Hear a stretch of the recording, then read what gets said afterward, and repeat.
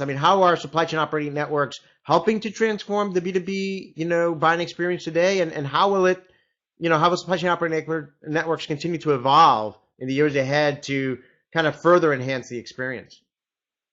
Well, I think I've used the term ecosystem a couple times earlier in this conversation. So at the heart of it, I think that's what a supply chain operating network is essentially doing, is creating an ecosystem to where if you're participating or you're an active participant in this ecosystem, you and your trading partners and all the other active participants across the trading partners are just creating a much more healthy ecosystem. And the more people are putting in, the more value they're able to extract from it. And it's also just creating an environment for economic prosperity for all the active participants. So in its base function, the ability to join a network, to use an analogy here like LinkedIn, you sign up, you create your profile, you can get on LinkedIn in a pretty fast and friction-free way. The platform is for business professionals to collaborate, share, and communicate across other business professionals around the world.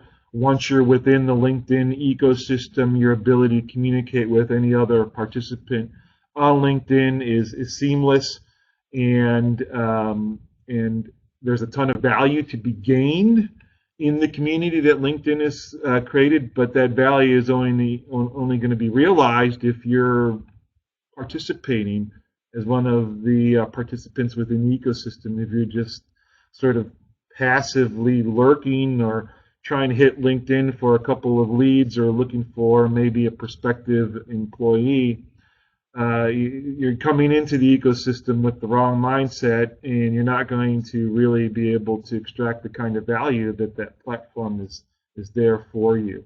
And so like that, I think supply chain operating networks are able to do the same thing, to create a environment where companies can join in an easy to do way. They can then begin to better communicate and collaborate with their current trading partners in an easy and friction-free way.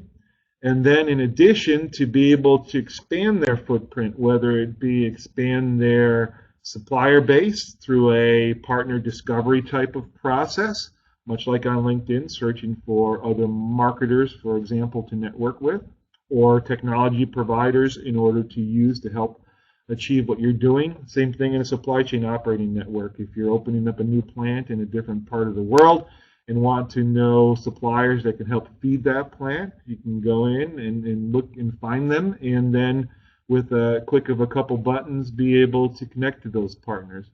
Additionally, if you're wanting to extend your footprints into new markets and have other people to sell to within different regions, the supply chain operating network provides that ecosystem for you to discover potential new customers and to help create demand for your solutions.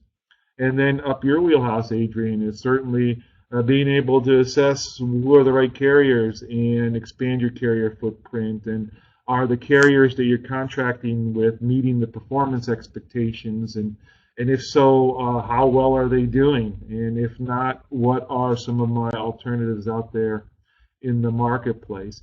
And then in the supply chain operating network ecosystem, there's this whole element of social collaboration as well, that's breaking out the silos from one-to-one email or phone type of communications and more broadly communicating across the other active partners on the network.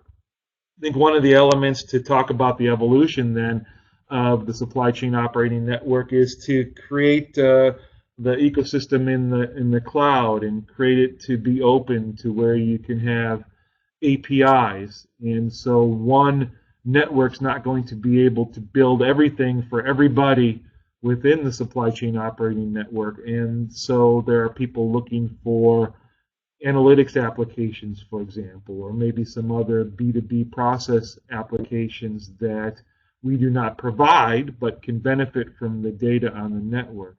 And so the more, I think you're going to see more and more of the supply chain operating networks out there have like a Salesforce, Force.com sort of marketplace, to where there's different applications and analytics engines that you can plug into from various providers that can build and plug into that technology backbone that's operating on the network. And I think this next level of evolution, I think, is leading, it's going to require a bit of a mind shift too, but leading to a network of networks type of philosophy. So Elemica certainly isn't the only supply chain operating network.